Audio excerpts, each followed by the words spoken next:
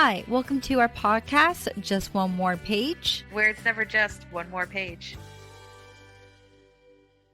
Sam, we're a hot mess. Anyways, the book we're reading today is I'm the Girl by Courtney Summers, which is a YA thriller mystery novel that follows a 16-year-old girl named Georgia who has discovered the body of a 13-year-old girl named Ashley. She teams up with Nora, Ashley's older sister, as they try to figure out what happened to Nora's sister. Georgia is thrown into a world full of money, wealth, and privilege. After all, it's not about who's guilty, but who's the guiltiest. It was a hot mess of a time. It was a hot mess. Well, I had told you too at the beginning that I'm like, I don't think I'm going to like this book. And it wasn't like the writing style or anything like that. It was like I could tell by the writing that this was going to be a tough read. And I think we should really start this podcast off with all the trigger warnings that need to come with this book. I do have trigger warnings. Me too. So there is a lot. This is a very heavy subject, which I feel very upset that the writer didn't really mention some trigger warnings before before we got to the book. But this book does deal with grooming, drug abuse, rape, sexual assault, molestation, blood, gore, murder, physical abuse, alcoholism, teen industry mentions. You name it. This is a tough read. And if you haven't read this book and any of those like really trigger you, I highly recommend against reading this book, just for your mental health. Like Sam said, this book does deal with some serious triggers. But what did you think, Sam? I don't really even have a thought. And that's weird because I usually have all the, I kind of had a freak out on text messaging with you about this book, but I don't know. So I read... It was intense. It was very intense. So I read a book from Courtney Summers before called Sadie, and I fell in love with the whole concept of the book. It has a fantastic audiobook, so if you're looking for a book that has a great audiobook, please go check it out. Sadie is fantastic. So when I found out that this was in the same universe of Sadie, I was like really happy because Sadie ended in a really big I would say cliffhanger, so you don't really get to figure out what happens at all. So I was like, oh, I'm going to read this book because it kind of takes place in the same universe. Sadie is kind of mentioned from what I heard, so I was like, I want to check it out. Like, I'm really excited about it. But this book, surprisingly or not, if you read Sadie, is a lot more darker, twisted, and honestly, it was really hard for me to read because there was a lot of triggering things in it. And at first, I wasn't really quite sure how I felt about the book.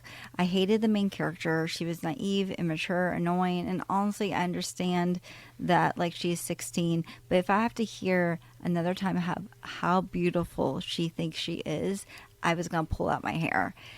But then again, towards the end of it, I felt very sympathetic towards Georgia, and, I get it. She is this gorgeous, beautiful teenage girl who's from a small town, who knows nothing about nothing. And if anything, this book could be used as a manual of how to see the red flags and run away from it. But I think that was the point, was you were following this girl who you were just like, how are you not seeing this? How are you this dumb? Like, but think about the most 16-year-olds. They're not really paying close attention to the red flags. They're paying attention to what people are telling them and how society views them. And if you keep getting told how pretty you are and how you're meant for more and how this town isn't good enough for you and everything, you kind of internalize it a little bit. And I think a lot of this book was her internalizing what other people say about her and how she's perceived and how she feels like she's invincible because, well, she's pretty, and so nobody's going to be able to take that away from her and that she can run the world with that, when in reality that's not the truth. Well, I also kind of feel like this book itself was not marketed. I would say that I wish that the writer wrote the trigger warnings in the front of the book, or at least gave some more information, because what I assumed that we were getting was more so a like Nancy Drew kind of book about these two young girls teaming up to figure out what happens to her sister. And I Right. was very excited because I also found out this was LGBTQ, and I was like, oh, awesome, lesbians, yay, I love it, you know. But like, I was like not expecting what we got. Like, I expected something completely different. What did you have any like? Did you thought it was gonna be something different than what you read? I didn't go into it with any expectations. The reason why we chose this book was because you were saying that it was something you really, really wanted to read. And I was all for it because you said that you really liked the previous book, Sadie. And I know this author's written like a whole bunch of other ones, but you said you really liked Sadie. And I trust your judgment and your recommendation. So I was like, well, if you really liked Sadie and you liked the writing, then like let's go for it. But I really didn't know. I didn't read the summary. I didn't know this author. I didn't know the writing style. I knew nothing about it. So I didn't know what I was getting into, honestly. Yeah. Well, also, I feel catfish because it was not what I expected at all. But I mean, I think we should maybe get into our spoiler section. This book was a tough book to read, and I feel like there's a lot of things that we need to talk about in our spoiler section. So if you Mm-hmm. want to read this book and you want to be traumatized, then go ahead, do it. Be traumatized with us. And if you've already read it and now you're traumatized, then please follow ahead. We're going to be talking about the spoilers. But Sam, I think I texted you and I was like, I'm not the same person I was when I woke up this morning after Right. I finished this book. Because I think I finished this book in one day. Yeah, I did the first 100 pages because low key I got this book a little early. Um, but I did the first 100 pages, and like I said to you, I was like, I don't know, this is gonna be a tough read for me. And it wasn't tough like the chapters were super duper short, and the writing style wasn't like this overly complicated, but just the subject matter was making it a really I had a really hard time reading this book. I was like I had to like take breaks from it because it just my brain was just processing all of this information, and it made me really uncomfortable. I really didn't like the feelings I got from reading this book because I just wanted to like protect her. I was like, you idiot, you're gonna end up in these terrible situations, and they're gonna be the product of your own stupidity. But like I said before, I think that's the whole point, is that the narrator is supposed to be naive, and we as the readers are supposed to be the ones watching all the red flags happen and just kind of see this story kind of unfold as it goes. So I know you keep saying that she's naive, and I can see that, and I agree with that. But I also feel like, in a way, that everyone around her failed Georgia. Oh, So absolutely. Georgia, if you haven't read the book and you just want to listen to us talk about it, Georgia is groomed throughout the whole story. She's groomed by these. I would say this company, but mostly Matthew and Chloe, and they are basically the owners of this. I would call it like a country club, wouldn't you? Like a huge country club, Yeah. and they have her work for them, and she works like next to Matthew, and not in his office, but in the office next to Matthew. And throughout the whole show, like the whole book, they're doing like things that like to kind of groom her. Like they're telling her that she's a part of the family. They're telling her how much they love to have her here. She's finally feeling like she belongs somewheres. And there's many things that happens that people don't say anything about. Like she gets drunk with a director who tries to take advantage of her, and Nora picks her up and sees that she's drunk and lies to Tyler, her brother, about it, and was like, oh no, everything's fine, like she got drunk with me, instead of being like, hey, that's a red flag right there, bestie. And even though Georgia would have argued and would have been like, no, like I was having fun, that's a red flag. Also, the Mm-hmm. fact that her brother knew what was happening behind the scenes because of the mother trying to blackmail the company, and he Mm-hmm. still didn't say anything to his sister, and he still let his sister work there, red flag. And then the fact that his their mother never told her the truth. And I get it, maybe that she wants to protect her and not tell her everything, but if my little sister was like, hey, I want to work for this company, and I knew that the people there were getting sexually assaulted, I would have told her the truth or do whatever I could do to make her stop from working there. I mean, I agree with that too. Because I mean, I know Cleo and Matthew definitely knew what they were doing the whole time because of the Aspera girls. Which, can we talk about the Aspera girls? Like, what the heck is going on with them? They're clearly being used for other purposes, and like when we saw the the brunette, like drunk off her butt and probably having had overdosed at the bottom of the elevator, like all the concierge requests started to make way more sense. And I was just like, oh no. Yeah, it's really messed up. Like they were definitely being drugged and abused, and the whole fact that the country club had the police involved, that because and it made sense to me. Like it made sense to me. Like why not get the police involved and let them go and stay at this country club and mingle with people who are wealthy and famous and take part in this awfulness of taking advantage of these young girls and like they're in their pockets. Now, Yeah. were you shocked? Like I was like completely like my mouth dropped open when they were like, well, when you found out who drove her over, who hit That her. part didn't. So the more shocking part for me was when they found Justin dead in the motel room, because I thought I'd put the whole thing together. But when I found out who actually ran her over, I was less shocked because I pegged Cleo and Matthew pretty early. Mm. I'm Mm-hmm. like, there's something sus about them. And then when they were like, oh, well, Justin killed himself, I'm like, something doesn't sound right about it. But at the same time, I'm like, he already find his daughter and then saw Georgia finding his daughter and ran her over because he didn't want anybody to find out that he killed his own child. Like, what's going on with that? But when it turned back around and it was clearly Cleo and Matthew who were kind of like the puppet masters of all of this, wasn't surprised. I was more pissed because at the end of the book, nothing happens to them. Yeah, no, but also like if you think about it, that it's kind of based on true life in some ways.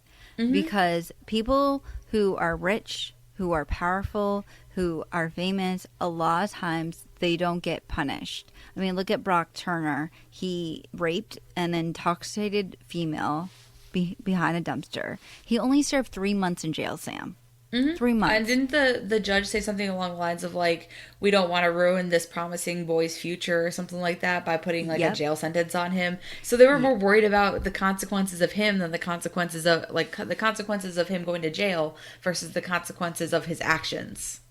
Exactly. And also on And top, that's so messed up. it's so messed up. And also Ethan Couch, who killed 4 Mm-hmm. people, he only served less than 2 years. Meanwhile, people who are people of color or people in poverty, they are charged harshly for lesser crimes. And I mean, I don't feel like you can argue, but the American justice system is only for the wealthy. And I think that the book showed that very well. Yeah, it was. I don't know. I again still processing. I This book's gonna hold a weird place in my head for a very long time. Yeah. And my only issue with this book, I mean, obviously, is all the grooming. By the way, did you catch it when they Matthew and her first hooked up together? I don't even like to use the word hooked up. I don't even know how to explain it. Like he That was assaulted her. statutory rape. It was, but do you understand or did you see the fact that he was like, I guess I gotta fire you because I just am so attracted to you. And she's like, I don't want to Yeah. get fired. And then he turns his back on her. And then he's like, I'm going to give you your pay. And he turns his back on her. And she's like, well, I'm a lesbian, but like, I guess I'll be a release. And he turns back around and he's like, well, if you can help me out. And I'm in my head being like, that is so, like, oh, like that, like he played her. Yes, he did. Like And a then violin. he did. And the fact that Chloe in the end, when she found after she was raped, she found her and was like, "Oh, you're okay." She's like, "Can't you see what I'm doing? I'm giving you Matthew. I'm letting you have him." Because I kind of picked up in the book that although Chloe and Matthew were really tight, like really, really close, that in their house. By the way, why does she keep going into their house I don't know. It's so weird. multiple times without being invited, Sam? She's So like, I've got a question because Yes. that ending wasn't very clear. So I know that we had that one scene with Matthew and Georgia in his office. It was very clear that she was raped then.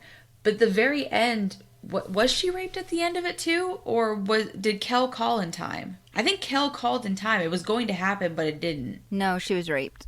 Was she raped? I couldn't really tell. I didn't know if it was like a fade to black or what, but I It wasn't was 100% certain. it was a fade to black. But Because I reread that last couple pages a couple times, but I couldn't tell if it was like a fade to black or what. Like I reread those last few pages like before the epilogue multiple times because I couldn't really figure out what was going on or what had happened. Cleo's just as messed up as Matthew is, because she was just like, well, you're a pretty girl and pretty girls can get what they want, and clearly, I think Cleo also said she was also from kind of like the same background as Georgia.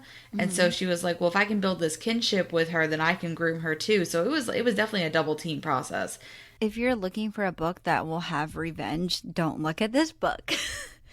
Because, like, I really hope that in the end of it, that they found a way to bring them down, even though I know it probably is not going to happen.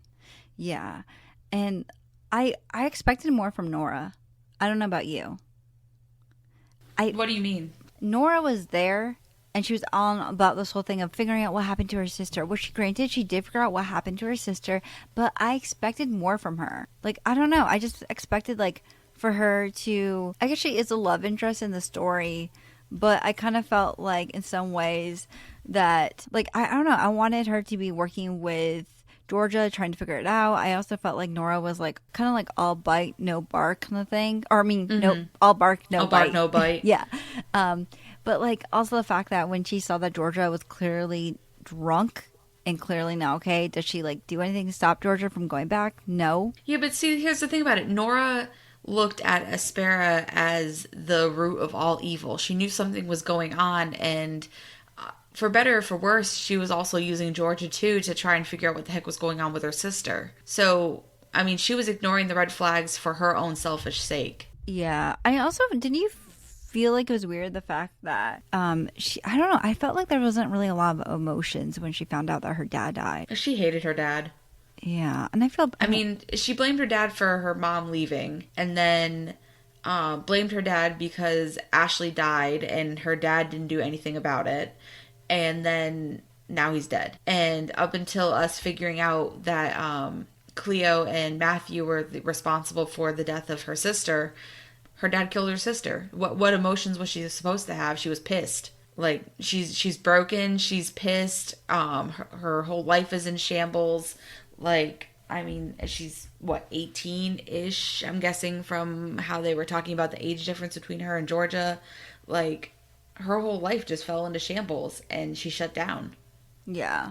I also kind of felt that it's weird that Georgia doesn't have any friends. I never really picked up on that. I did. I was like, "Where's your friends, girl?" I mean, I don't know. I pick up on stuff like that. Also, like the whole her taking photos of the photographer. Did you realize right away that they were naked photos? Yeah. But I the when she was describing it, I figured it out pretty quickly. when he was like Georgia, when Tyler went to go like talk to the guy, he's like, "Georgia, were they naked photos?" And she was like, They're "No." art. They're tasteful. And I'm like, I'm pretty. "Oh God, girl, no." But also, with like, how do you think Matthew got those photos? All I remember is that she found those photos, and I was like, "Girl, run, run, girl, run!" Well, Matthew ran her over, and then she had the photos in her backpack. Oh, that's true. That's how he got it. That's true. Yes. Yes. Oh, That I'm like, I know how he got the photos. Matthew ran her over, and that's how they planted it on Justin, because they put her bike and the photos in the room with Justin and planted him as being the one who killed Ashley. trauma. That's all I'm gonna say is trauma. Yes. This book was definitely very triggering. I don't know if there's anything else you want to hit on. Not really. No, Honestly. okay. I'm just I ready honestly- to close this chapter and be done with this book because I can't process it. It's a lot. Like It you is a know, lot. when I finished this book, it left me with a feeling of like, I don't know. Like, it's like you went for a crazy ride and then nothing happened. Like, no one got punished. The bad guys lived on, and it's frustrating. And like I said before, I feel like it's a huge reminder of like Brock Turner or Ethan Couch. And, you know, it's a tough book to read because it's true and it's honest and it's hard to swallow. And I hope that in the end, Nora and Georgia are able to get some sort of justice, because I feel like Georgia was like dragged through the mud a ton, Right. and I feel so bad for her. But What did you yeah. rate it? I rated it. I'll be honest. I rated 3.5, 4 stars. I gave it 4 because I respected it for what it was. I respect the writing. I respect the author being not shying away and being as raw as she was. I like the story. Itself is a very good story. It's just a lot. It's very heavy. It is such a very heavy book. And hopefully next week, the book we are reading, which is Soulmates I need a by, cute book. I need a palette yeah, cleanser. it looks very cute. It's by Yay. Susan Lee. It follows this girl named Hannah who is Korean American, Mm-hmm. and her everyone around her is like into K-pop and K-dramas, and she's very much like, I'm not really into that, and she focused more on her like American side and then kind of accepting her Korean side. Well, one day her boyfriend, well now ex-boyfriend, breaks up with her because he's like, we don't have anything in common, and she starts to kind of feel a certain way and starts to kind of get into K dramas and K pop, but it just so happens to be her ex friend comes back into town, who is in starring into a new K drama, and he comes back into town, making things kind of complicated. I don't really know what I'm expecting with this book. I just demand, Sam, that it's gonna be cute and not full of trauma. Right. I just want a cute romance. I just want I don't even care what kind of romance. I just need a cute romance. I need a palette cleanser. I'm glad we're doing this book after I'm the Girl instead of before. Which granted they came out in this order anyway, so you know what I mean. But Yeah. I'm excited to read it. Me too. I think it'd be awesome. Um, we thank you guys so much for hanging out with us and listening to our episode of I'm the Girl and being traumatized with us because, yeah, it's traumatizing. But, anyways, if you guys do like our podcast and you do like this episode, please feel free to rate us on Spotify, give us a 5-star or any rating. That would really, really help us. Also, feel free to follow us both on Spotify and Apple. And, Sam, tell them about our socials. Okay, so if you think we are hilarious, which, fun fact, we are absolutely hilarious, we do have a TikTok, just one more page podcast, and then for all the wonderful pictures, and I put up schedules of what's coming up next, so you guys are very well aware, so you can come check us out. We do have an Instagram, and it's just one more page official. So go ahead and follow us on all of those. They're also the best way to kind of comment and interact with us, and we love interacting with you guys. So yeah, come leave us a message. Tell us what you think, what you're reading, what's going on. We love you all. Thank you guys so much for listening, and we will see you next Sunday. Yeah, see you Yeah. next Sunday. Have a good All right. week. Bye. Bye.